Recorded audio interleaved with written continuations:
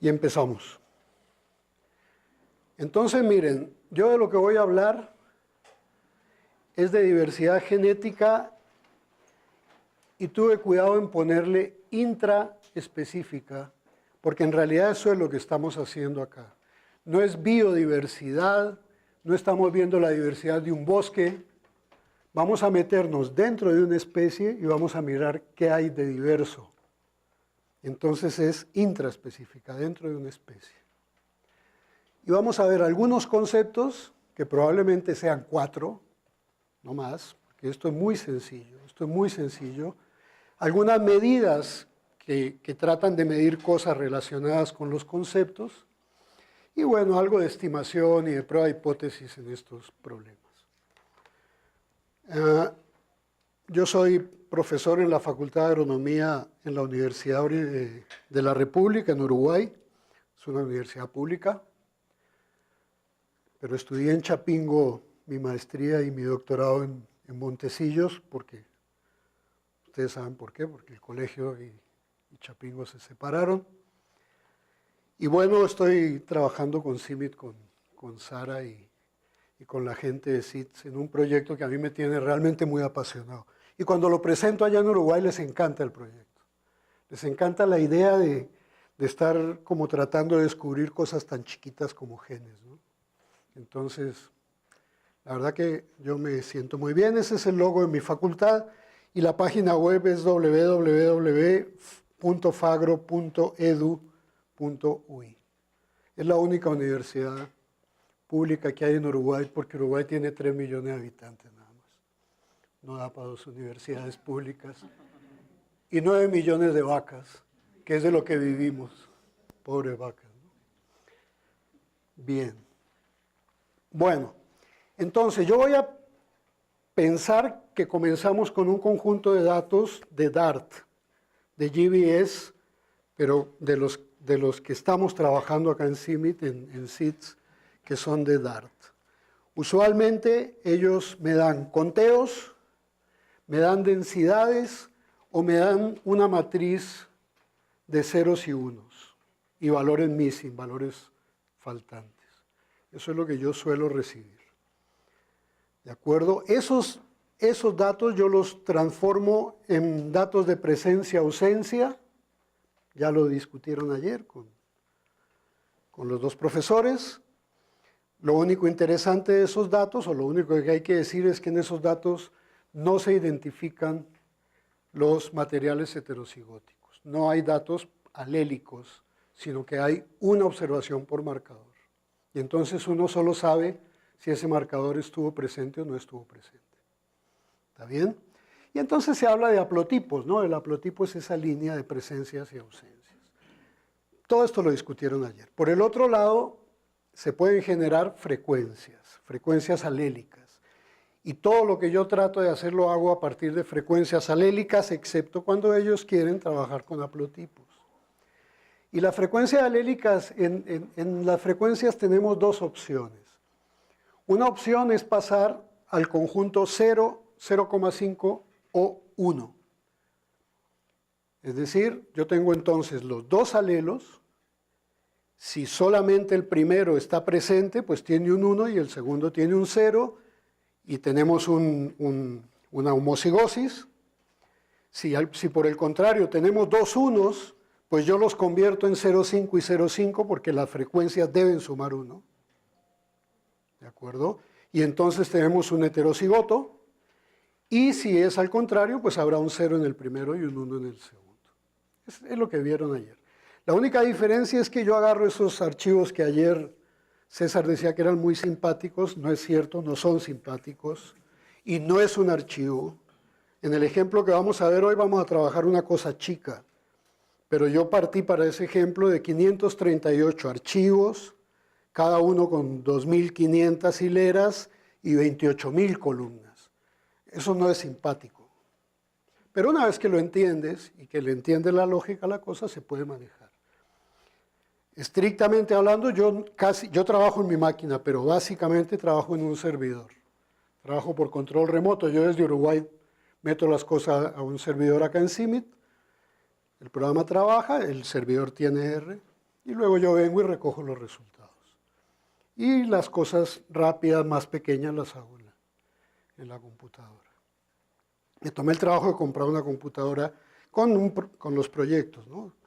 Que tiene 16 gigas de RAM, entonces tiene buena capacidad. Pero hay un momento en que se tapa, no puede más la pobre computadora.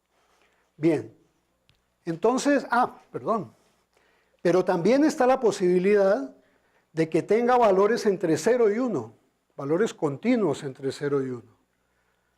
Porque cuando Dart me entrega conteos, yo tengo que en un alelo hay un 20 y en el otro alelo hay un 40. Y entonces yo tengo 20 sobre 60 y 40 sobre 60 de frecuencia. Eso ocurre cuando se trabaja con bulks de individuos. Y en maíz estamos trabajando con bulks de individuos, que son mezclas del material de plantas para producir la extracción del ADN, y entonces los alelos aparecen en diferentes cantidades en la muestra de ADN. Es muy interesante el trabajo con bulks. A mí de cierta forma me gusta más porque tengo valores entre 0 y 1 y al final a uno le gusta más la estadística continua que la estadística discreta, pero bueno, eso ustedes lo sabrán. En definitiva, hoy, por ejemplo, en el ejemplito que vamos a ver, que es de maíz, tenemos valores de frecuencia entre 0 y 1. No necesariamente 0, 0.5 y 1. Bien. Obviamente, cuando esto ocurre, en los dos casos tenemos identificación de los heterocigóticos. Y podemos calcular la heterocigosis observada, que es una primera medida de diversidad. ¿De acuerdo? Es la proporción de materiales heterocigóticos que hay en una muestra. Y para nosotros hoy muestra y población es lo mismo. Ayer cuando preguntaron, ¿y cuál es la población? ¿Es de 10.000, es de 1.000, es de 2? La población es el objetivo que yo tengo. ¿Cuál es la población que yo quiero? ¿Cuál es el grupo de individuos que quiero mirar? Hoy, esa es mi población. Y de pronto saco una muestra de ahí, pero usualmente la población queda definida así. Entonces la población hoy son todas las razas, las land races de Tuxpeño, mexicano. Excelente maíz, que está metido en todos los MLs. Van a ver cuando César termine el trabajo, va a descubrir que el tuxpeño anda metido en todos lados, porque es muy bueno.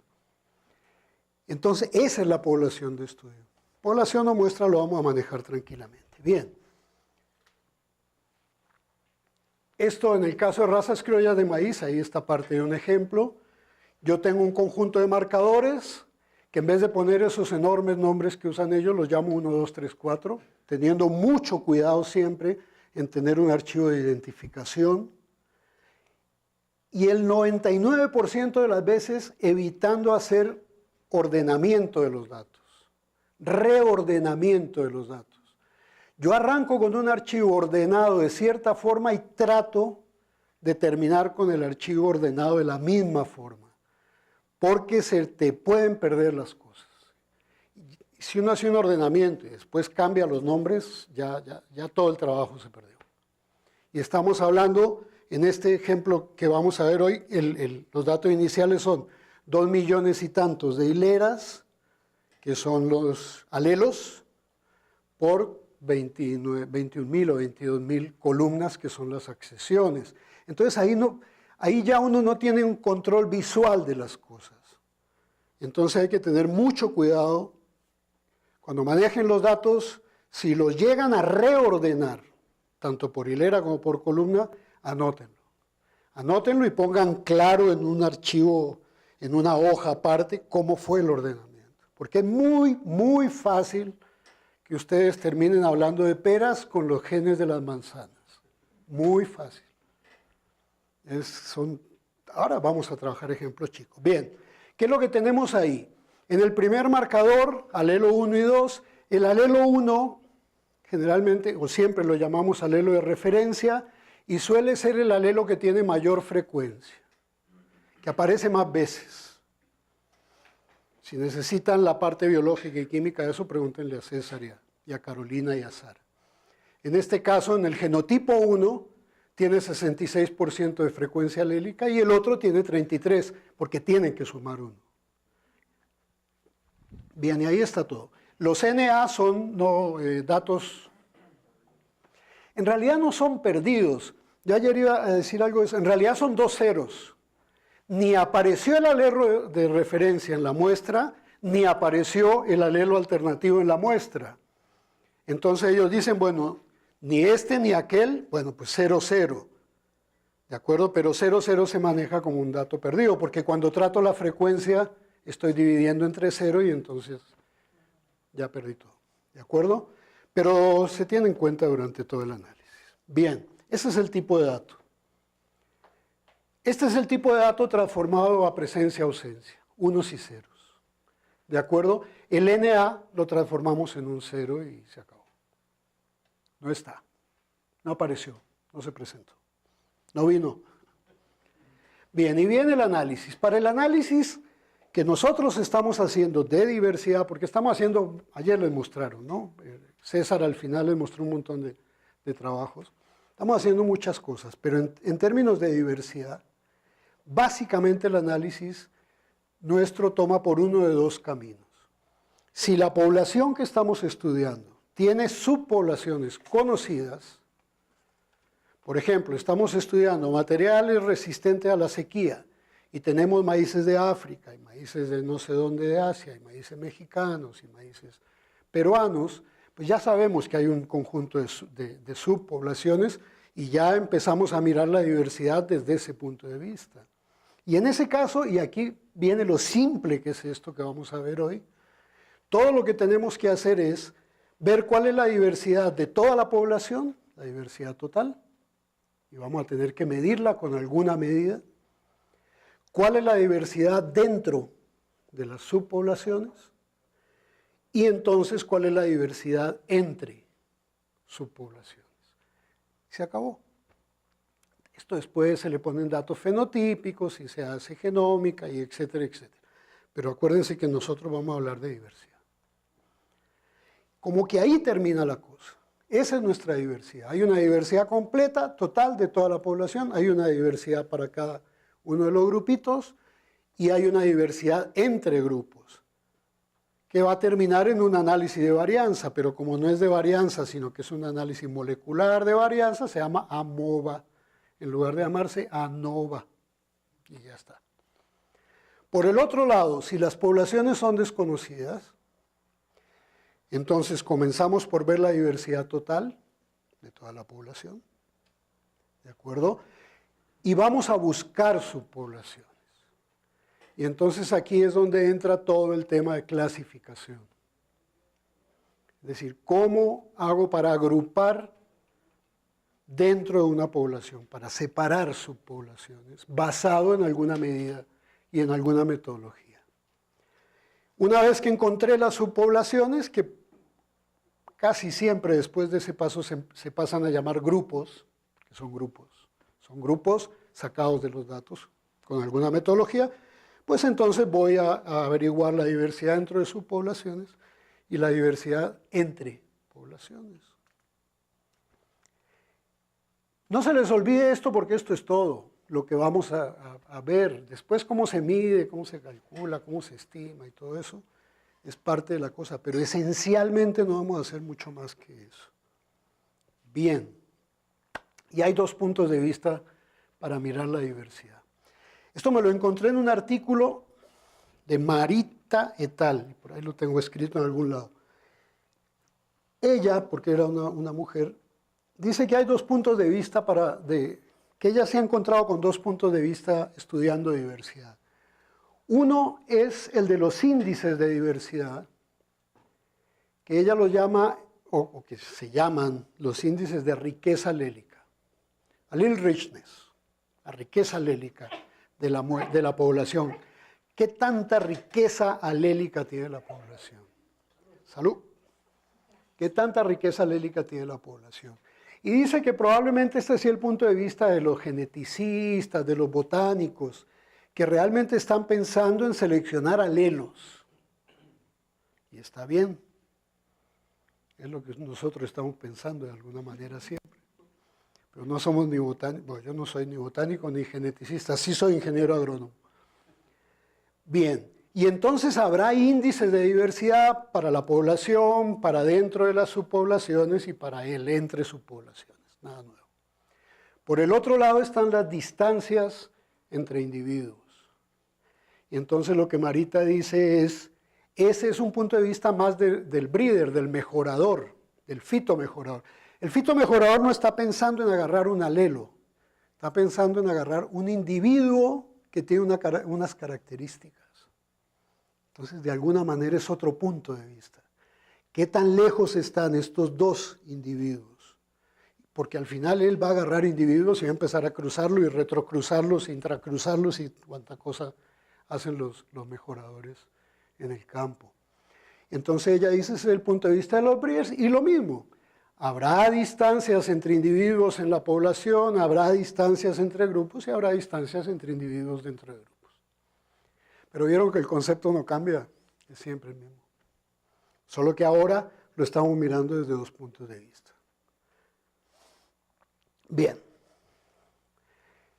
Vamos a ver esto de la distancia y los índices de diversidad. Entonces, primero, cuando tenemos información locus alelo, o sea, cuando tenemos marcadores con información alélica, como el caso de los DART, el caso de los SNPs, el caso de los microsatélites.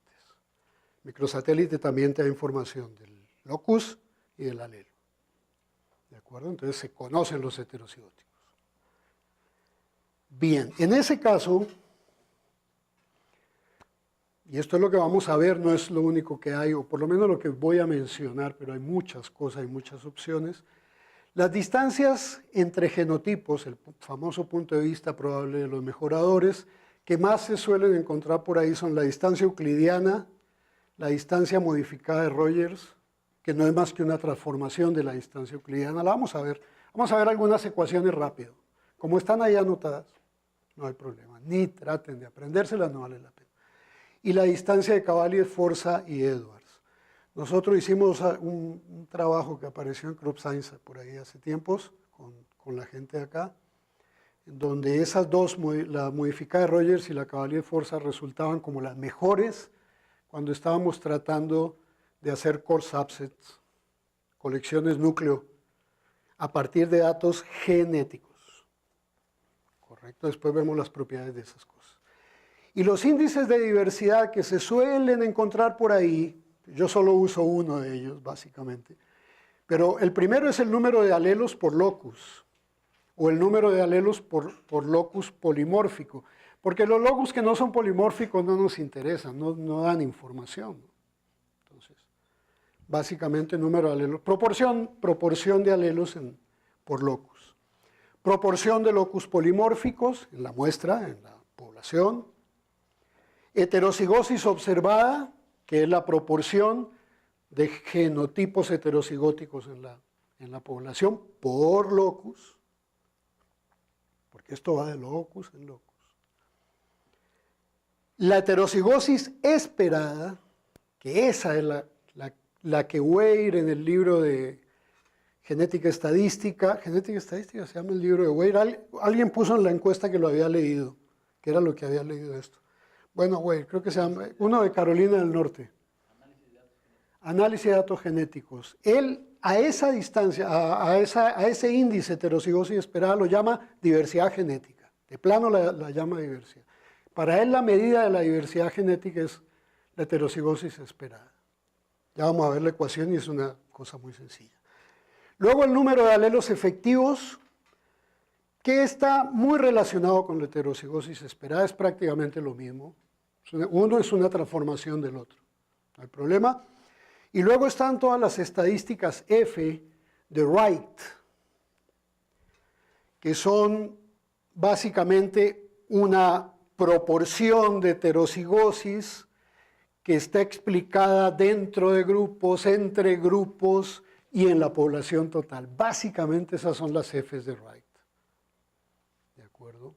Entonces, cuando hay poca heterocigosis, él dice que hay inbreeding, y cuando hay mucha, dice que la población está muy bien, que es una población de libre cruzamiento, etc. Vamos a mirar, vamos a mirarlas. Lo que vamos a hacer hoy es una una mirada de todos estos conceptos tranquila, porque estos son cursos de genética, que son largos, etc. Bien. Hay dos artículos que yo se los puse ahí, en los materiales, en los documentos. El primero es de Riff, Melchinger y Frisch. Ellos son alemanes de Hohenheimen, han estado acá en CIMIT, conversando con nosotros. No es un artículo demasiado nuevo, pero es muy bueno, que son propiedades genéticas y matemáticas de coeficientes de similaridad y disimilaridad que se usan en plan breeding y en el manejo de datos de banco genético. Es buenísimo ese artículo, se lo recomiendo. Yo después de ese ya no he buscado más. Han aparecido, pero esto lo miraron bien, lo miraron bastante bien, a mí me dejaron bien convencido. Ese es un artículo que ustedes lo tienen ahí, en PDF, no tienen problema, lo pueden leer. Y el otro es este, que es en forestales, en especies forestales. Edward Berg y Hamrick, creo que son canadienses, por lo menos publican en Canadian Journal of Forestry. Cuantificación de diversidad genética en los con alosimas, que no sé cómo se dirá en español, alosima. ¿De acuerdo? Y ellos lo que tratan es todo el tema de la riqueza alélica, justamente, todo el tema de la riqueza alélica. Cuando yo leí ese artículo, creo que acabé de entender el tema de la riqueza alélica. Todavía no estoy seguro, porque nunca acabo de entender esas cosas bien, pero se lo recomiendo, lo tienen ahí también.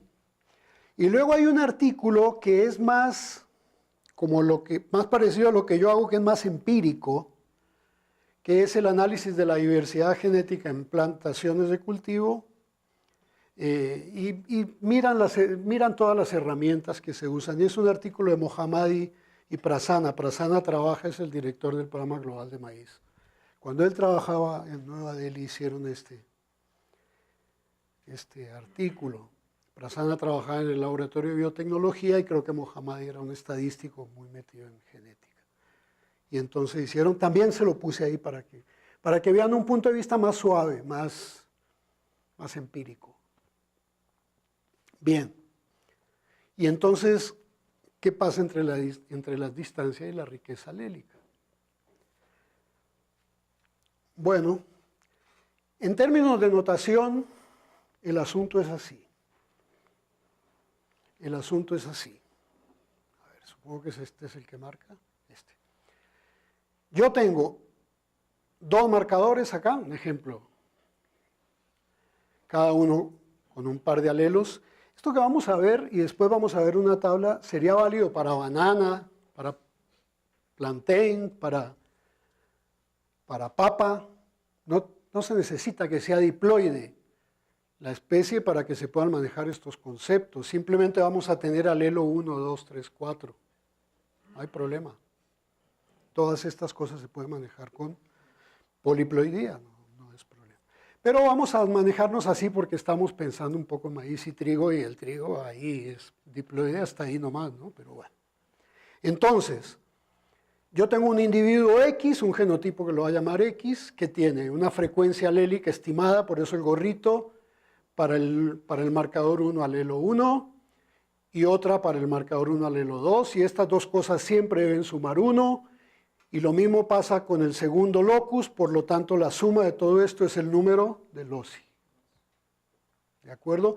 Y lo mismo pasa con el otro individuo Y, estas dos cosas suman 1, estas dos cosas suman 1, la suma es 2.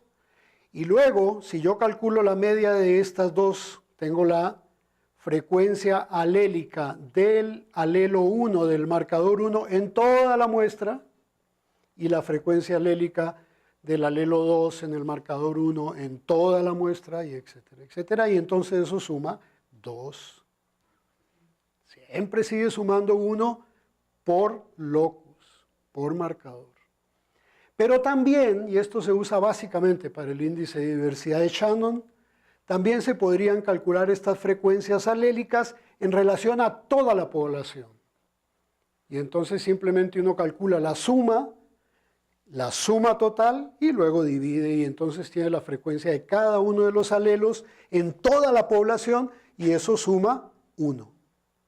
Ya no es el número de locus, es 1, porque fue la suma de las veces que apareció o de las frecuencias de cada uno de los alelos dividido entre la suma total de todo eso. Pues suma 1, es el 100%. Bien. Con estos mismos datos se calculan las distancias y los índices de diversidad. Entonces son dos puntos de vista que están muy relacionados. ¿De acuerdo? ¿Cómo se calcula la distancia? Bueno, la distancia euclidiana, que es la más sencilla y la más útil, y ya el nombre dice que es una superdistancia, porque es distancia y es euclidiana. Tiene las dos propiedades importantes para el manejo de distancias, que luego la miramos muy rápido. Pues es bien sencillo, ¿no? Yo voy a calcular las diferencias entre los dos individuos en el primer alelo del primer locus, en el segundo alelo del primer locus, en el primer alelo del segundo locus, en el segundo alelo del segundo locus. Esas diferencias las elevo al cuadrado, las sumo, le saco la raíz cuadrada y esa es la distancia euclidiana. Que es la misma distancia euclidiana de los datos fenotípicos, con los cuales no me pienso meter hoy. No nos da el tiempo para meternos con todo. ¿Está bien? Entonces la distancia euclidiana es súper simple, la diferencia entre estas dos vectores, cada uno elevado al cuadrado y sumadas. Ya está. ¿Está bien? Si ustedes tienen ganas de preguntar, de comentar, de criticar o de cantar o de lo que quieran, háganlo tranquilos. Entre más discutamos y más pregunten, probablemente la charlita sea más sabrosa y tenga más sentido y sirva más, que al final es lo que importa. A mí no me importa llegar al final, me importa que lleguemos bien, contentos, tranquilos y lo poco que veamos, lo veamos bien. Así que pregunten con toda confianza. ¿Qué pasa con los índices de diversidad? La heterocigosis esperada, el índice de diversidad por excelencia. Entonces va a ser igual, fíjense, la calculo por locus, Entonces va a ser igual a 1 menos la frecuencia del alelo 1 en el locus 1 elevado al cuadrado, más la frecuencia del alelo 2 en el locus 1 elevado al cuadrado. 1 menos eso es la heterocigosis esperada del marcador 1. Y lo mismo para el 2. Y entonces tengo la heterocigosis esperada para el locus 1, para el locus 2, para cada uno de los locus. Y el promedio de ellas es lo que se llama la heterocigosis esperada de la muestra. Es decir, la diversidad de la muestra, para decirlo en términos de Weyl. ¿Está bien? Entonces se dan cuenta que es simplemente formas diferentes de manejar los mismos datos, pero nos miden cosas diferentes. Esto me mide qué tan diferentes son estos individuos sobre todo el conjunto de los locus y alelos, y esto me mide qué tanta diversidad alélica hay adentro de la población. Entonces, son cosas distintas. ¿Correcto? Yo aquí no calculé la heterocigosidad entre el individuo 1 y el 2. No, es la heterocigosis esperada de la muestra, de la población. Acá tengo distancias. Entre cada par de individuos tengo su distancia. Puedo sacar el promedio de todas esas distancias y tengo una distancia promedia de toda la población. Sí. Si es muy grande, pues la población tendrá individuos más diferentes y si es muy chiquita, pues los individuos se parecen más. Y eso es todo. Pero estamos mirando dos cosas distintas con los mismos datos. Ahora, miren acá. No nos vamos a poner a mirar los cálculos, no vale la pena. Pero yo acá tengo una población de 2 con 2 locus. Jamás en la vida ustedes van a trabajar con eso, ni yo tampoco. En donde la heterocigosis esperada es 0.5, que es la máxima. Ahora vamos a ver por qué. Es la máxima porque tenemos 2 alelos, porque estamos en una especie de alélica. Entonces no llega hasta 1 la heterocigosis esperada, se queda en 0.5. Tanto que nosotros muchas veces la multiplicamos por 2 para que se puedan comparar con otras especies, en donde hay más locus y entonces ahí logra llegar hasta 1. Ahora vemos un ejemplo. Y tiene una distancia de 1.41. La heterocigosis entonces es máxima en esta población de 2 individuos con 2 marcadores y la distancia es más o menos promedia. La distancia máxima debería ser la raíz de 4, que es 2 en este caso. 2 veces el número de marcadores. Bien, ese era 1. Entonces, distancia media, heterocigosis esperada máxima, 0,5. ¿Está bien? Tengo otro caso. Ahora, ¿qué es lo que tenemos acá en las frecuencias? 1, 0, 0, 1. Estos dos individuos son totalmente diferentes en el locus, en el primer marcador. Y son iguales en el segundo. Y algo de diversidad tienen porque tienen acá 0,5 y 0,5. Este individuo no tiene nada de diversidad en el primer marcador, pero este tampoco, pero es en el siguiente locus, en el siguiente alelo, perdón. Entonces, entre ambos, algo de diversidad tienen. Entonces, eso me produce la medida máxima de diversidad y me produce una medida de distancia media, pues porque estos individuos son iguales en el segundo marcador. No es más que eso. A mí por eso me gustan los ejemplos chiquitos, pues entonces uno va, creo, entendiendo las cosas. Acá tenemos otro par de individuos, otra población, que tienen 1,05, 0,05, 1,001, y aquí tengo una heterocigosis que es alta si pensamos que el máximo es 0,5, pero no es la máxima, y una distancia un poquito más grande. ¿De acuerdo? Ahora la distancia es la raíz cuadrada de 2,5, en vez de ser la raíz cuadrada de 2. Y luego tenemos otro en donde hay una diversidad de 0,3, que vamos a pensar que en media, si la máxima es 0,5, y una distancia muy baja, 0,071. Si pensamos que la máxima debería ser 2, está realmente baja. Entonces, heterocigosis esperada, que la llamaremos diversidad prácticamente ahora en adelante, y distancia están calculados con los mismos datos, pero no miden lo mismo, y puede uno encontrarse con muchas sorpresas cuando las trabaja juntas. Es decir, máxima distancia no implica máxima diversidad. Implica que los individuos son muy diferentes, pero a lo mejor si todos tienen la misma diversidad, ya con uno que midiéramos tendríamos toda la diversidad de la población. Entonces hay que tener cuidado con eso.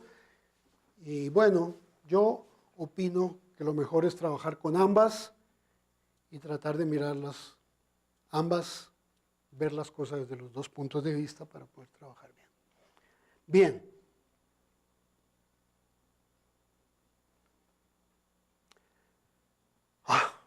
Esto es lo que yo odio poner, pero hay que ponerlo a veces.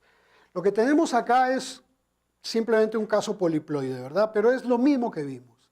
Tenemos las frecuencias alélicas por locus, las frecuencias alélicas por individuo y locus, las frecuencias alélicas sobre toda la muestra, la población. Siempre van a sumar todas estas el número de locus, el 2 que teníamos antes, y luego la posibilidad de calcularlas todas sobre una misma base, y entonces la suma sería 1, y entonces a partir de eso aparece la ecuación de las distancias euclidianas. Pero resulta que no hay una, hay dos, por lo menos dos.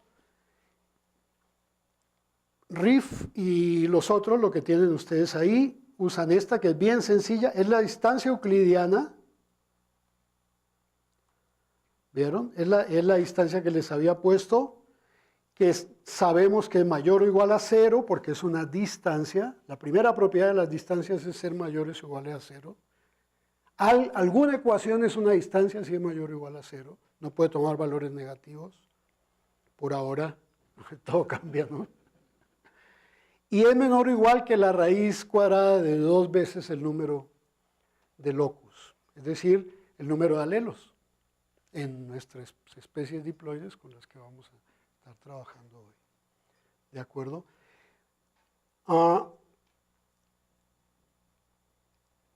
Y la otra fórmula de distancia euclidiana hace lo mismo, pero lo divide entre L afuera, y entonces queda menor o igual que raíz de 2, en vez de menor o igual que raíz de 2L, y es la que tiene Liu en el power marker. Entonces tengan cuidado cuando usen una o la otra, sepan qué están usando simplemente. para que lo puedan reportar y todo eso. Todos tienen lo mismo. Bueno, distancia euclidiana. La distancia modificada de Rogers es esto. Toman la distancia euclidiana y la dividen entre raíz de 2L. Eso es todo.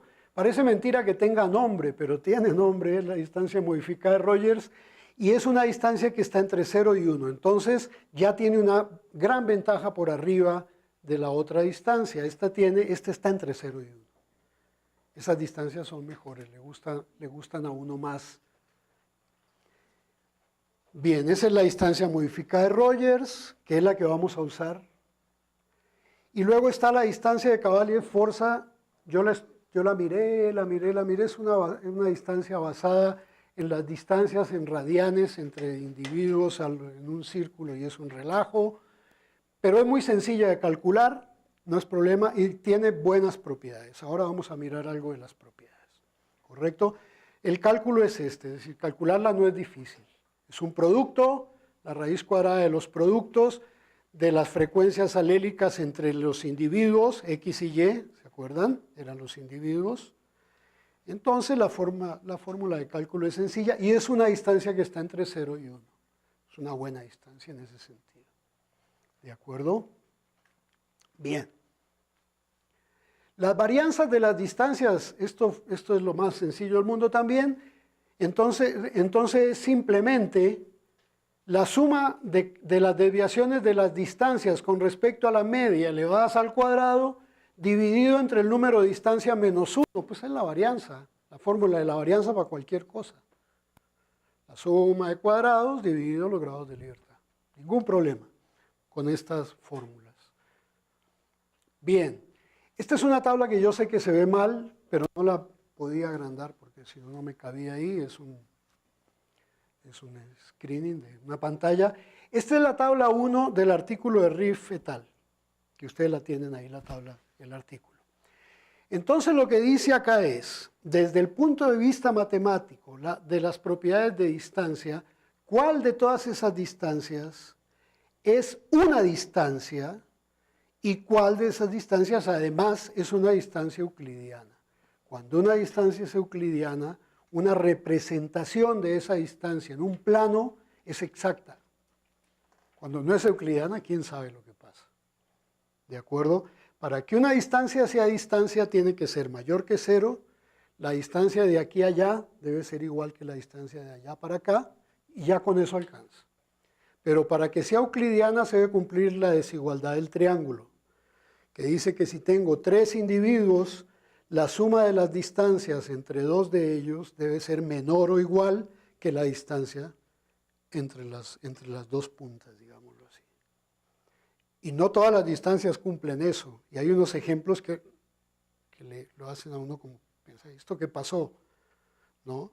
Pero vamos a ver qué fácil que ocurra eso en nuestros datos. Cuando tenemos muchos valores missing, ocurre eso. Cuando yo tengo 2 individuos, 3 individuos con diferentes cantidad de valores missing y en diferentes lugares, cuando comparo estos dos los comparo con unos marcadores. Cuando comparo estos dos los comparo con otros marcadores. Y cuando comparo estos dos los comparo con otros marcadores, cuando hay muchos valores missing. Y entonces me puede ocurrir que la distancia del triángulo no se cumpla. Es decir, que la distancia entre los dos que aparentemente estaban más lejos, aparece un tercero que está metido en el medio de ellos, pero que no tiene distancia más grande que la que hay entre ellos. Eso genera problemas. Eso genera problemas en el uso de las distancias. Y bueno, eso hace que tengamos que pensar mucho en el tema de los valores missing. Hay un teorema, no importan los teoremas hoy. Bueno, lo que importa acá es que la distancia euclidiana es distancia y es euclidiana, por supuesto. Si no, no se llamaría así. La distancia de Rogers es distancia, pero no es euclidiana. No cumple, puede no satisfacer la desigualdad del triángulo, aunque los datos estén completos. La distancia modificada de Rogers es distancia y es euclidiana y varía entre 0 y 1, lo mismo que esta. La de Cavalier-Forza es distancia, es euclidiana y varía entre 0 y 1. La de Reynolds et al. No es ni distancia ni euclidiana. Entonces, bueno, pero está ahí. La distancia de Ney tampoco, y esta es muy usada. Esas dos distancias de Ney son muy usadas. Ustedes piénsenlo y mírenlo y léanse el artículo, vale la pena mirarlo. Está bueno. ¿De acuerdo? Eso ocurre con esas distancias. Vamos rápido. Bueno, este es un resumen rápido. Yo lo copié tal cual estaba ahí en el artículo, ustedes lo leen. ¿Qué es lo que dice? Bueno, que la distancia euclidiana no descansa sobre ningún concepto genético, ¿de acuerdo? Es simplemente la distancia euclidiana, en un plano, en un cubo, en un hipercubo, en donde sea, ¿de acuerdo? Dicen que es útil para investigar relaciones entre unidades taxonómicas, fenotípicas, genotípicas, cualquier cosa, y que entonces es... bueno, es bien utilizable en los métodos multivariados usuales. Componentes principales, análisis canónico, multidimensional scaling, etcétera, etcétera, etcétera. Ahí los nombra, ahí nombra unos cuantos. La distancia de Rogers y la distancia cuadrada de Rogers y esta modificada de Rogers, y esa es la razón por la que es mi preferida, está relacionada a la heterosis. Yo no sé exactamente qué quiere decir esto porque terminé agronomía en el 75 y ya no me acuerdo de nada. Bueno, pero lo que dice es D cuadrado, la distancia de Rogers al cuadrado es apropiada para examinar la predicción de la heterosis, los grupos heteróticos. Melchinger, eso es un artículo de Melchinger, propone justamente y demuestra que la distancia de modificada de Rogers elevado al cuadrado descubre grupos heteróticos, está asociada a los grupos heteróticos. Entonces es muy útil, separa muy bien. Y esto era lo que hacía el doctor Tava, que dirigió el Banco de Germoplasma, yo trabajé con él hace mucho tiempo. Nosotros encontrábamos los grupos basados en la distancia de Rogers o en las distancias fenotípicas, y él luego cruzaba los grupos que estaban más lejos. Y si bien no encontraba vigor híbrido, porque no estábamos cruzando híbridos, sí encontraba vigor varietal. Era interesante, al cruzar esos grupos que estaban lejos, en distancias. A mí por eso me gusta esto. La discusión con Pancho va por ahí. Ya esta mañana resolvimos todos los problemas. Ustedes conocen a Crosa, Pancho. Yo fui estudiante de él, digamos, acá. Todos los días llegábamos los dos a las 7 de la mañana y empezábamos, bueno, él empezaba a gritar, yo solamente le contestaba porque él era el profe, aquí en el corredor de la Sasakawa, donde estaba la oficina de biometría. Después empezaba a llegar la gente y nos tocaba meternos a la oficina, pero discutíamos todos los días. Pero yo aprendí mucho en esas discusiones, pero mucho. Sí. Ahora, bueno, pero porque yo me volví atrevido, no debería, porque él sigue siendo mi... Bueno, lo que pasa es que después nos hicimos muy amigos. Bueno, esto es muy interesante. A mí me gusta esta distancia por eso. Y luego está la de Cavalier-Forza, que dice que está basada en el modelo de Kimura, ¿cómo se llama? Drift. Ahí, la erosión genética, la deriva genética selectiva. Yo no sé exactamente cómo. Ustedes saben de esto, yo no. Si uno puede asumir ese modelo, entonces es muy conveniente para estudiar relaciones filogenéticas. Relaciones filogenéticas son clúster análisis y dendrogramas. Entonces, bueno, ténganlo en cuenta. Yo voy a presentarle la modificada de Rogers. Ustedes piénsenlo cuando tengan los problemas. Piensen un poco, miren las bases genéticas del problema y van a saber cuál les viene mejor. Los índices de diversidad. Bueno, la tasa de polimorfismo simplemente es un número. Se dice que un locus es polimórfico si la frecuencia de alguno de los dos alelos es menor de 0,95. Es decir, que hay un alelo que tiene por lo menos más de 5% de frecuencia. Entonces se dice que el locus es polimórfico. Y si no es polimórfico, ya la gente lo va eliminando del análisis. ¿De acuerdo? Bien, la proporción de locus polimórficos, pues el número de polimórficos sobre el número total. el número promedio de alelos por locus, pues sumen el número de alelos sobre los locus, divídanlo entre el número de locus, es una media. Son índices muy simples, muy sencillos, y probablemente por eso sean tan buenos, ¿no? Como las tijeras. Yo no sé cómo se inventaron las tijeras, pero es un invento fantástico. Y muy simple, ¿no? Uno dice, ¿por qué no se le ocurrió? No me ocurrió a mí cuando... Bueno. Y luego viene la heterocigosis esperada, que es el índice de diversidad. Entonces ya vimos lo que era, ¿de acuerdo? Se calcula la heterocigosis esperada por locus, ¿de acuerdo? Se divide entre el número de locus y debería estar entre 0 y 1. Ahora vamos a ver por qué solo llega hasta 0,5 en nuestros casos diploides, ¿de acuerdo? Pero es bien simple, bien simple. El asunto es usarlo después. Y el número de alelos efectivos no es más que una transformación de la heterocigosis esperada. Entonces es lo mismo. Se calcula por locus y luego se promedia para tener el número de alelos efectivos de la población, ¿de acuerdo? Y bueno, este número para nosotros va a estar entre 0 y 2, porque el máximo número de locus efectivos sería 2 si todos los locus en todos los individuos son heterocigóticos. 0,5, 0,5, 0,5, 0,5, eso tiene que ser máximo. Y es la máxima diversidad que podríamos esperar ahí, ¿no? Bien, entonces lo que están midiendo son número de alelos e igualdad de frecuencias. Vamos a mirarlo. Las varianzas, lo mismo que ya dijimos con las otras, y esto lo saqué del libro de Weir, porque yo decía, ¿cómo se calcula la varianza de esto? Me puse a buscar y en el libro de Weir lo encontré, ahí teníamos el nombre. Es simplemente la varianza entre los valores de las heterosis por locus. Así la propone Weir. Bien. Este es el ejemplo del articulito de Berg, que tienen ustedes, en donde dice, bueno, miremos 4 poblaciones y una población combinada de las 4 y veamos qué darían los índices. Si tenemos una población que solo tiene 2, una población y un marcador, ¿no? Un locus, que tiene 2 alelos y que sus frecuencias son iguales, el número efectivo de alelos es 2, el máximo, y la heterocigosis esperada es 0,5, el máximo. ¿De acuerdo? Es decir, no podemos esperar más heterocigosis esperada cuando hay 2. Fíjense en este otro caso, después miramos el de arriba. Estos 3 tienen la misma frecuencia alélica, sin embargo su heterocigosis esperada se va hasta 0,67, porque son 3. Y si yo tengo 2 alelos con la misma frecuencia, mi heterocigosis es 1, pero si tengo 3 con la misma frecuencia, mi heterocigosis es mayor. Entonces él va mostrando, si hay una población en donde hay 3 alelos y tiene esa frecuencia, pues es más heterocigótica.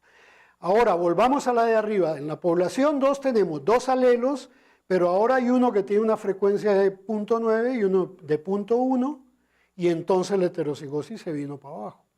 Porque casi que es homocigótico esa población sobre ese marcador. ¿De acuerdo? Esa es la idea. Entonces es un índice muy interesante. Ahora miren lo que pasa acá en la población 4, en donde tengo 6 alelos, tengo 3 alelos con la misma frecuencia, otros 3 con la misma también, y entonces como son 6 y estas frecuencias son similares, tengo un 0,68 de heterocigosis esperada. Entonces la heterocigosis esperada o diversidad genética mide las dos cosas. La uniformidad en las frecuencias alélicas y el número de alelos. Esto aplicado a microsatélites es clarísimo. Los microsatélites tienen más de 2 alelos, inclusive el maíz. Ustedes pueden llegar y tener 16 alelos en una población de maíz. Bueno, pues está midiendo las dos cosas. Si tengo más alelos, mi población tiene más diversidad. Y si esos alelos tienen frecuencias más parecidas, mi población tiene más diversidad. Entonces, está midiendo dos cosas simultáneamente. Es muy buen índice de diversidad, por esa razón. Ustedes tienen el artículo, léanlo, tranquilos, cuando no tengan nada que hacer, o sea, nunca. Y bueno, y luego hay una combinada que tiene esas características. Ahora, obviamente, el número de alelos efectivos acá es 3, porque los 3 tienen la misma frecuencia. Acá es 317, sube un poquito porque hay más alelos, ¿de acuerdo? Y etcétera. Ustedes léanlo y piénsenlo. Esa es la idea de la diversidad genética. Ahí ya me podría ir. Que estos son los conceptos que se están usando para la diversidad genética. Pero a mí me encanta quedarme conversando, entonces me voy a quedar. Lo que dice ahí es lo que acabamos de discutir. Ustedes mírenlo, esto es sacadito así, extraído del artículo. ¿De acuerdo? Entonces dice número de alelos y la uniformidad de los alelos. La uniformidad de las frecuencias alélicas. Ya lo dije. Bien. Luego está el índice de diversidad de Shannon. Ese es el que más me ha costado trabajo y todavía creo que no lo entendí. El índice de diversidad de Shannon tiene esa ecuación. Es trabajando con las frecuencias alélicas calculadas sobre toda la población, ¿de acuerdo? Es menos la suma de todas esas frecuencias multiplicadas por el logaritmo de ellas mismas. ¿De acuerdo? Entonces no tiene un tope, no tiene un máximo, sí tiene un mínimo, pero no tiene un mínimo que es 0, no tiene un máximo. Entonces es difícil, ¿no? Simplemente lo que se dice, nosotros lo usamos alguna vez. Es interesante el índice de Shannon y mucha gente lo usa porque dicen que es un índice que mide la entropía. En realidad yo leí el artículo de Shannon y se refería, es un artículo por allá en ondas de sonido y esas cosas. Mide la entropía, la quietud de un sistema, cuando un sistema está más quieto o está más movido. El índice de Shannon es más grande cuando el sistema tiene más movilidad, cuando el sistema es más diverso. ¿De acuerdo? Esto está calculado acá con logaritmos naturales. ¿De acuerdo? Bueno, tiene la manera de calcular las frecuencias. La varianza, esa sí es complicada, esa la tuve que buscar justamente en uno de esos artículos de Shannon. Esa es la fórmula de la varianza. La desviación estándar pues es la raíz cuadrada.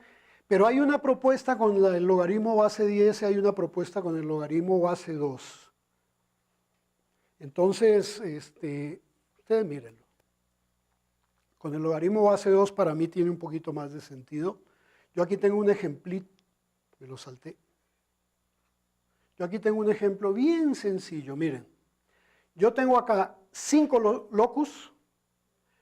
Todos los locus tienen igual frecuencia, todos los alelos de los locus tienen la misma frecuencia. Esto tiene máxima diversidad. ¿Están de acuerdo? No se puede tener más diversidad en un diploide. Aquí calculé menos logaritmo base 2 de la frecuencia. Y aquí calculé el Shannon para cada alelo, el aporte de cada alelo al índice de Shannon, con logaritmo base 2. Y fíjense que esta suma es 5, que es el número de locus. Entonces es interesante, trabajando con el logaritmo base 2, tenemos un máximo. Entonces cuando las medidas tienen máximo y mínimo son mejores, porque uno las entiende mejor. Simplemente por eso.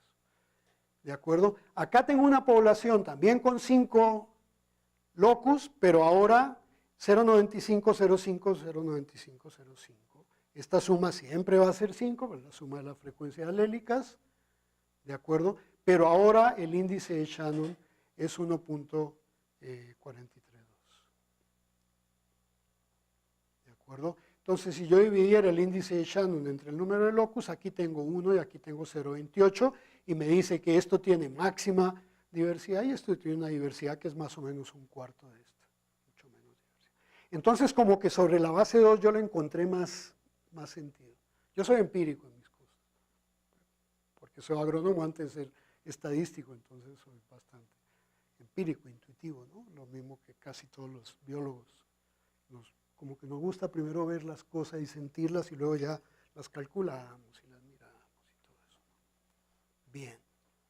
Entonces me preguntan, ¿y cuál uso? Pues usen el logaritmo base 2, que no hay ningún problema. En Excel simplemente yo le pongo logaritmo, paréntesis, el número, coma 2. Listo. Logaritmo base 2. Ya estuvo. Entonces, no hay problema. Bien. ¿Qué pasa cuando no hay información alélica? Es decir, ¿qué pasa con presencia y ausencia? Esto lo voy a pasar rápido porque no es lo que solemos encontrar, pero puede ser que lo encontremos, ¿no? Aquí hay un ejemplo de presencia-ausencia con Dart. Aquí transpuse la matriz. Ahora tengo los genotipos por acá y los marcadores por ahí. Y esa era la discusión de X' y XX'. Esta es X. La que yo estoy usando es X', pero es lo mismo. Es lo mismo. Bueno, entonces acá tengo ceros y unos. Eso es todo. Las distancias, pues, ¿cómo se van a calcular? Acá tengo, bueno, 15 individuos, 20, ese era un ejemplo sencillo. Puedo calcular la frecuencia de cada marcador en el PIB, sí. ¿De acuerdo? Es simplemente el promedio de todos estos datos.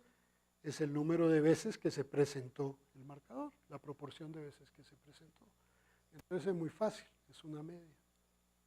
¿De acuerdo? Esa suma de todas estas cosas me debería dar 1. Porque si no, eso está raro, ¿no? Bueno, hay que verlo, hay que comprobarlo. Entonces, en este caso, las distancias que más se ven han usado la gente son la simple matching, Jacquard y Ney and Lee, que también se llama distancia de Dice. Ustedes han usado, y si no lo han usado para hacer dendrogramas y esas cosas, úsenlo. Darwin 5. Darwin es un programa libre, a mí me gustan los programas libres, por eso uso R. Darwin, como el científico, es un programa hecho en Montpellier, por allá en Francia. Muy bueno para todas estas cosas, muy bueno. Los arbolitos que les mostró ayer César, yo creo que estaban hechos en Darwin. Es el que hace esos arbolitos redondos. Es decir, tiene muchas opciones para que uno presente las cosas. Yo siempre he dicho que es el que hace los árboles de Navidad, los Christmas tree, porque son los más bonitos, los más adornaditos, con colores. Con todo. Entonces son muy... Úsenlo, mírenlo, es gratis, es libre.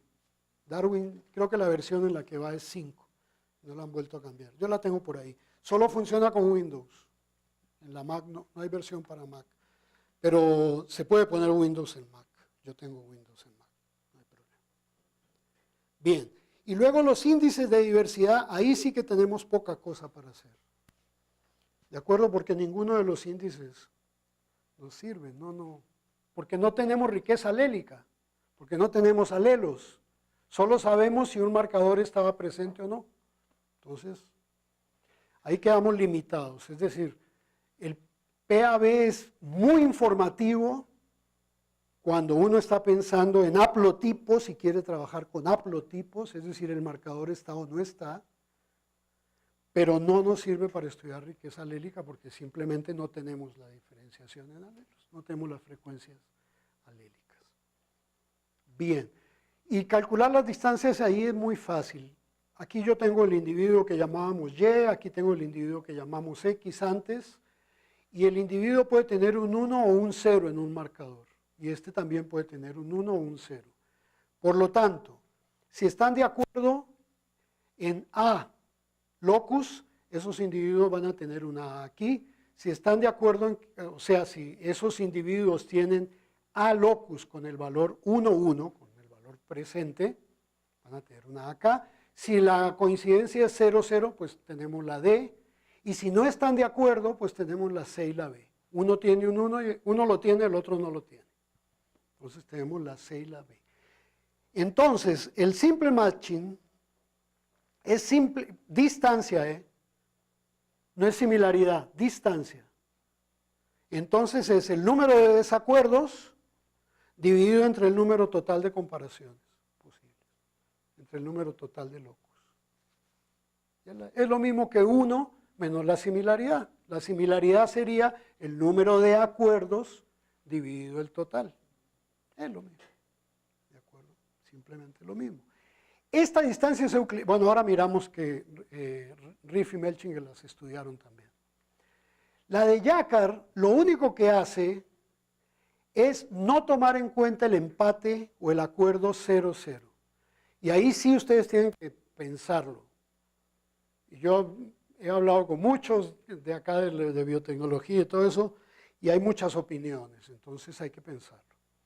¿Se toma en cuenta o no se toma en cuenta? Es decir, si un locus no aparece en dos genotipos, ¿eso los hace parecidos o eso no significa nada? Y esa es la pregunta, y eso va a depender mucho de en qué están trabajando ustedes, de qué están haciendo. Cada uno va a tener su respuesta, pero ahí sí los podemos meter en una jaula y ponerlos a pelear, que no se van a poner de acuerdo porque no, es complicadísimo, ¿no? Bueno, pues Jacquard la usa, Jacquard la propuso, y no es una distancia tonta, no es tonto el tema del 0,0. ¿No? Es decir, que yo no tenga algo y tú no tengas algo no nos hace iguales desde un punto de vista, pero sí nos hace iguales de otro. Por ejemplo, ninguno de los dos es rubio y de ojos azules y eso nos hace iguales, nos pasa para un grupo. Y bueno, y así es, ¿no? Entonces, y luego está la de Dice que tiene su fundamento y que tiene esta ecuación, ¿verdad? B más C son los desacuerdos, siempre los desacuerdos sobre la suma. Ahora, lo que no tiene en cuenta Dice es la D, los acuerdos 0, 0, pero tiene 2 veces, le da un peso de 2 a los acuerdos 1, 1, el cálculo de la distancia. Bien, ¿qué dicen Riff y Melchinger? Bueno, pues que estas distancias, estas similaridades más bien, estas son las similaridades, estas son las distancias. Entonces, la simple matching es una distancia, la de Jacquard es una distancia, la de Dice no es una distancia y ninguna de las tres es euclidiana. Ahora, la raíz cuadrada de 1 menos la similaridad, la raíz cuadrada de la distancia, esa sí es distancia y sí es euclidiana para todas las distancias. Entonces, si la usan, no la usen como está la ecuación, sino que calculen la raíz cuadrada y utilicen la raíz cuadrada de la distancia. Y ella tiene las propiedades. ¿De acuerdo? Lean el artículo, léanlo, vale la pena. En el ómnibus, cuando vayan por ahí, no les toque manejar, ahí pueden ir leyendo. Pero ese manejo se tendría que hacer previo a meter los datos al programa de cómputo que va a hacer el dendrograma. ¿O lo permite el programa? ¿Permite sacar la distancia euclidiana, elevar al cuadrado? Sí. A ver, lo que yo les voy a dar son scripts en donde yo hice mis propios programas para calcular las cosas. No estoy, hay un paquete en el R que se llama el cluster, ¿no? Cluster, que calcula distancias. Es un paquete muy simpático porque todos los nombres de los subpaquetes tienen nombres de mujer. Entonces, el que calcula las distancias se llama Daisy. Y tiene su significado Daisy. Distance, no sé qué, no sé qué, no sé qué. El que calcula los análisis jerárquicos se llama Annie. Y así, bueno, ustedes entren en R un día y busquen el paquete cluster y ahí se van a encontrar con todos esos nombres. Es de Kaufman y Rousseau. Nosotros le escribimos a ellos una vez para preguntarles, cuando empezamos con esto en el 95, y ellos nos mandaron el programa escrito en Fortran y hay un libro que se llama Finding Groups, que ellos lo escribieron y que lo presentan junto con el programa. Entonces, si ustedes quieren aprender esto de cluster análisis, yo les recomiendo, consíganse una copia de ese libro, Finding Groups, de Kaufman con K, Kaufman y Rousseau, por ahí debe estar el nombre en alguna cosa. Pero ahora no tienen que usar el programa en Fortran, ahora está en R. Entonces, ellos lo pasaron todo a R. Y es libre, es gratis, no hay ningún problema. ¿De acuerdo? Y manejan, bueno.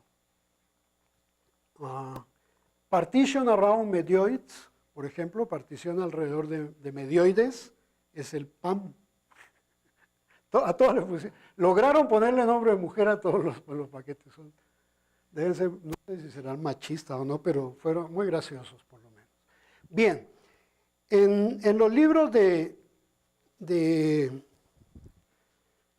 análisis multivariado, en donde se maneja todo esto, siempre se presenta esta distancia 1 menos la raíz cuadrada de 1 menos la similaridad como una transformación óptima. Aunque algunas veces se usa 2 veces 1 menos la similaridad todo al cuadrado como la transformación óptima. Porque ojo que ustedes pueden tener una similaridad calculada por la gente. Dígame cuál de estas naranjas se parece más a estas y a estas y a estas y ustedes pueden formar una matriz de similaridades. Y esas matrices son manejables. Esas distancias probablemente no sean euclidianas, pero no estamos seguros de que no sea euclidiana. A lo mejor sí. Si la gente es muy lógica en su razonamiento, pueden ser distancias euclidianas, pueden satisfacer las propiedades. Entonces la transformación para ir de similaridad, que es lo que la gente mide, a distancia, qué tanto se parecen, qué tanto se diferencian, es una transformación siempre de este tipo. Bien. Jorge, te quería hacer una pregunta muy básica que afecta qué marcadores consideramos para todos estos cálculos. Se definió polimorfismo cuando uno de los alelos tiene una frecuencia menor o igual a 95% o Sí. 0.95. ¿Cuál es la razón? Pensando en que nos interesan en términos de diversidad los alelos raros también, y más en estos tiempos de cambio climático acelerado. Entonces algo que tal vez no ha sido seleccionado ni en forma natural ni en forma artificial y por eso tiene una frecuencia muy baja, pero tal vez en el futuro esos sean los genes interesantes. Digo, se puso un límite y dijeron, bueno, pues 95% para abajo, pero habrá una razón más que todo técnica porque estamos trabajando con marcadores moleculares, o es una cuestión más de seguir pensando que las cosas muy raras simplemente no son muy útiles? Bueno, la razón en ese sentido no la sé. Nosotros no los eliminamos. Yo no hago selección por frecuencia alélica. Yo los dejo todos, porque justamente nosotros no queremos perder los alelos raros en esta parte del trabajo. Ahora, para un genetista, probablemente un alelo que tiene frecuencia 0.99 y uno que tiene 0.01 es un error de medida probablemente. Y entonces dice, esto es un alelo esto es un homocigótico, esto no es heterocigótico. Probablemente algo de eso, yo no sé si César o Carolina tengan alguna otra explicación, pero a mí me parece que es algo así. Sí. Nosotros no lo eliminamos, de ninguna manera. Incluso le llegamos a poner el 1 en presencia-ausencia al punto 0,01. No hay problema. Sí, siempre, en la frecuencia siempre los tenemos en cuenta. Hay una investigación que se está llevando acá, que la está haciendo Cristian, matemático de CIMAT, con Sara y con el grupo de CIMAT, tú lo conoces, a Cristian, Andrés Cristian, que justamente trata de ver en dónde fijar el límite de error a estas frecuencias en nuestros marcadores DART. Él está trabajando sobre eso. Es muy difícil encontrar el límite de error. Él ya tiene una propuesta, pero es complicado, y sobre todo es complicado por eso que tú acabas de decir. Es muy complicado perder un alelo raro que a lo mejor después iba a ser el que nos salvaba la vida, pero bueno, sí. En la parte de diversidad no los eliminamos, no hacemos. Nosotros solamente seleccionamos marcadores cuando son 1 y cuando es 1, 1, 1, 1, 1, 1, 1, 1 en todos los individuos, o sea que el otro es 0, 0, 0 en todos. Eso no es informativo. Yo ni siquiera lo llamo monomórfico, eso no informa, eso no diferencia, no me interesa. Es como que si sos de maíz, tenés el 1. Y si no eras maíz, eras trigo. Algo así. César. Jorge, no, solo quería hacer el comentario que me lo acabas de explicar ahora, o acabaste de explicarlo ahora, en relación a los que son 1, 1, 1, 0, 0, 0. Esa frecuencia exactamente, al tener una frecuencia 100% de 1 o de 0, son marcadores monomórficos, entonces no nos interesa. Ahora, si tengo todos 1 en una población de, no sé, 1000 individuos, por ejemplo, y tengo todos 1, 1, 1, 1 y alguno aparece con un 0, obviamente es información que podría, por más que la frecuencia sea muy baja, podría estar diciéndonos algo. Sí. ¿No es cierto? Esos son los polimorfismos, cuando aparece al menos en la población un único individuo que tenga para ese marcador o para ese alelo sea diferente al resto. Entonces, como bien lo dijeron, son marcadores que a pesar de su frecuencia muy baja, pueden ser interesantes para los objetivos que tenemos nosotros, al menos en este proyecto. Sí, sí, es bien aclarador, me parece. Después, cuando veamos las Fs de Wright, van a encontrar qué pasa en un caso como esos. La F es máxima. Es muy curioso, sí. Inclusive cuando nosotros hacemos el filtrado de los datos, creo que Carolina mostró ayer, nunca van a recibir un marcador que sea todo 0, 0, 0, 0, 0 o 1, 1, 1, 1, 1. Porque no son marcadores. No están marcando nada diferente. No diferencia. Sí. ¿Está bien?